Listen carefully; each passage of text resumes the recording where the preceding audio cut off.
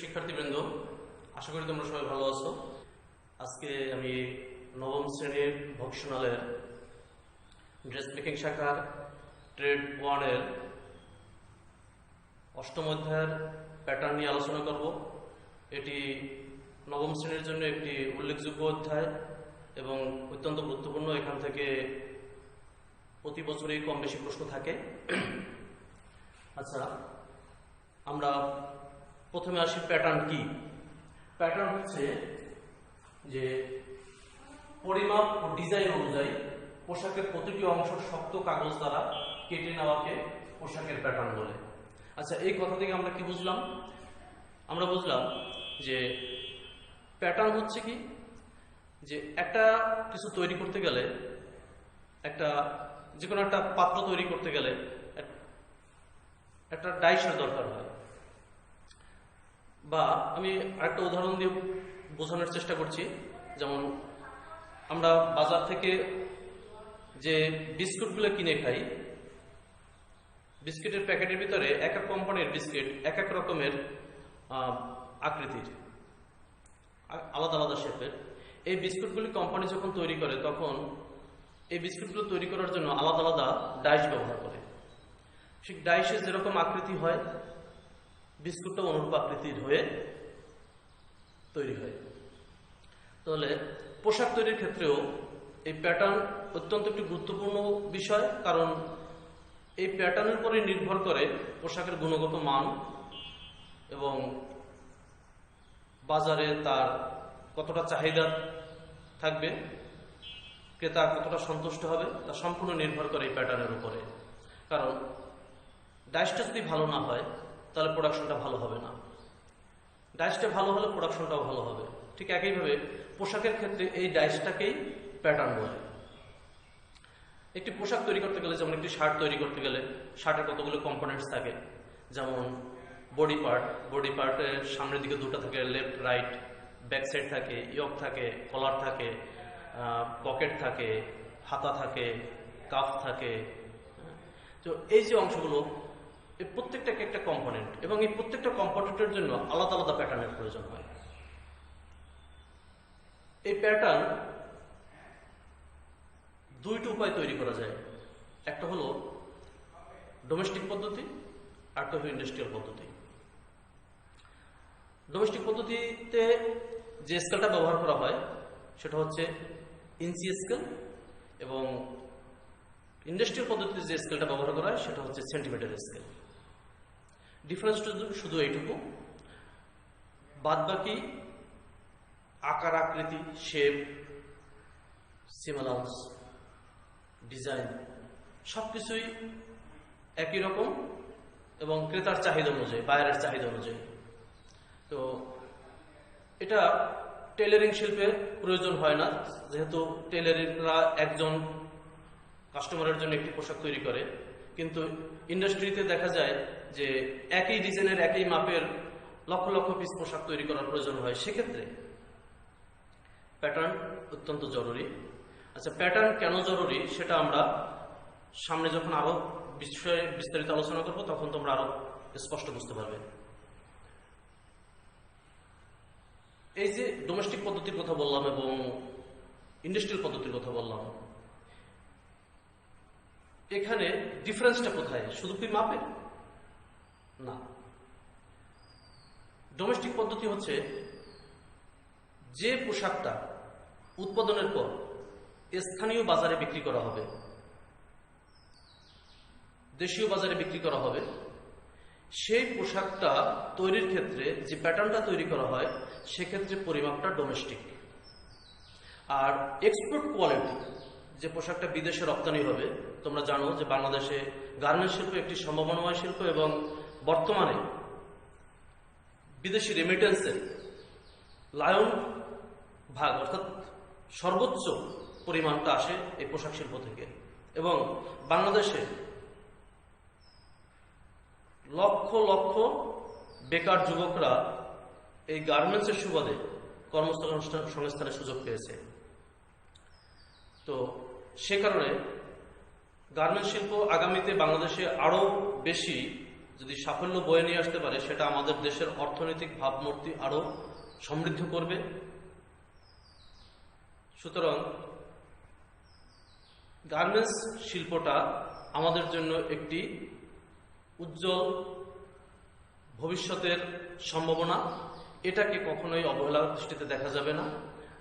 সে কারণে আমি যে বিষয়টা তোমাদের কাছে শেয়ার করব, আজকে যেটা আলোচনা করব, এটা ইন্ডাস্ট্রিয়াল পদ্ধতিতে যে পদ্ধতিটা, সেটা আমি তোমাদের সাথে আলোচনা করব। অবশ্য এখানে ডিফারেন্স শুধু ব্যবহারের এবং পরিমাপের, আর কোনো পার্থক্য প্যাটার্নের ক্ষেত্রে নেই।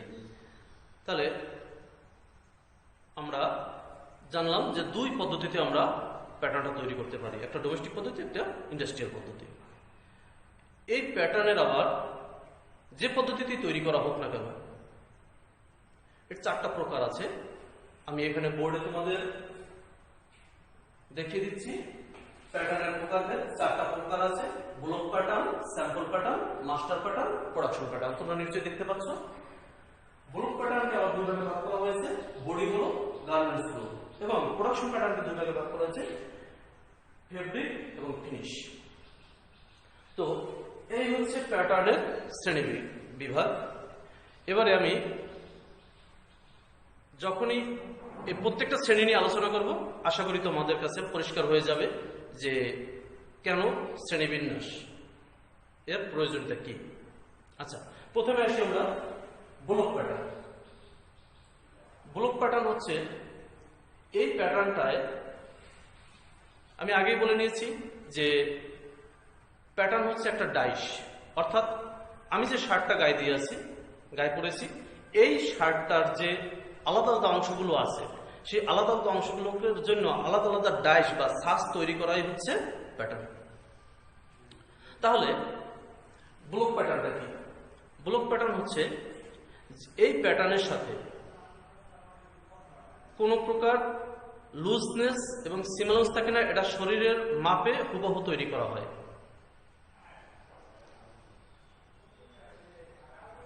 এই ব্লক প্যাটার্ন থেকে সরাসরি পোশাক তৈরি করা যায় না।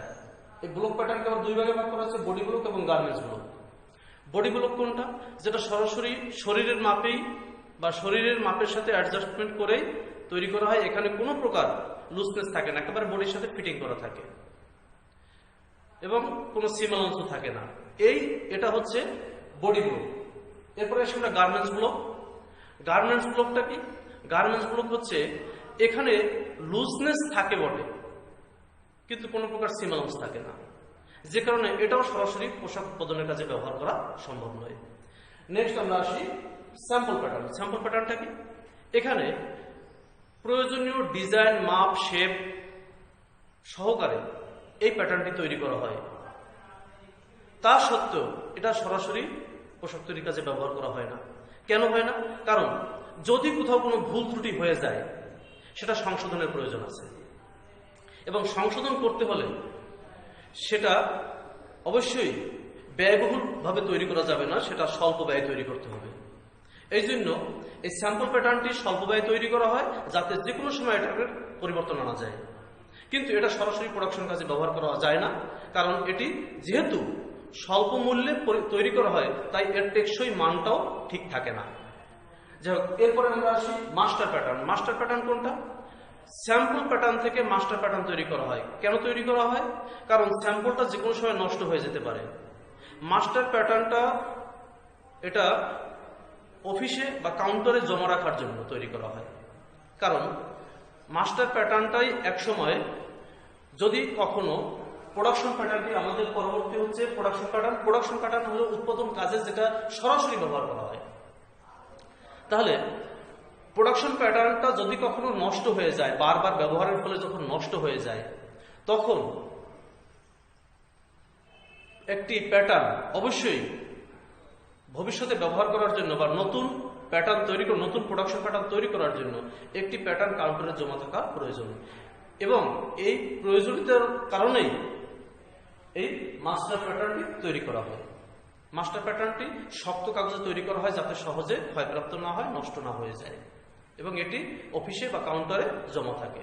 এবং মাস্টার প্যাটার্ন থেকে তৈরি করা হয় প্রোডাকশন প্যাটার্ন। এখানে প্রয়োজনীয় মাপ, শেপ, ডিজাইন, সিম অ্যালাউন্স।